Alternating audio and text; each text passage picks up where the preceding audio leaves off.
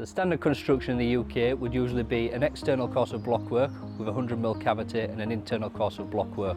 Now this is fine for the standard UPVC French door. However, Express manufacture a wide range of bespoke luxury products, so the build needs to be constructed to suit that product. To complete the installation, the opening needs to be fully prepared prior to installation of the product. The bottom tracks of our sliding doors and XP Visions are so substantial that rather than using a single course of brickwork, a solid base is required to take the weight of the doors.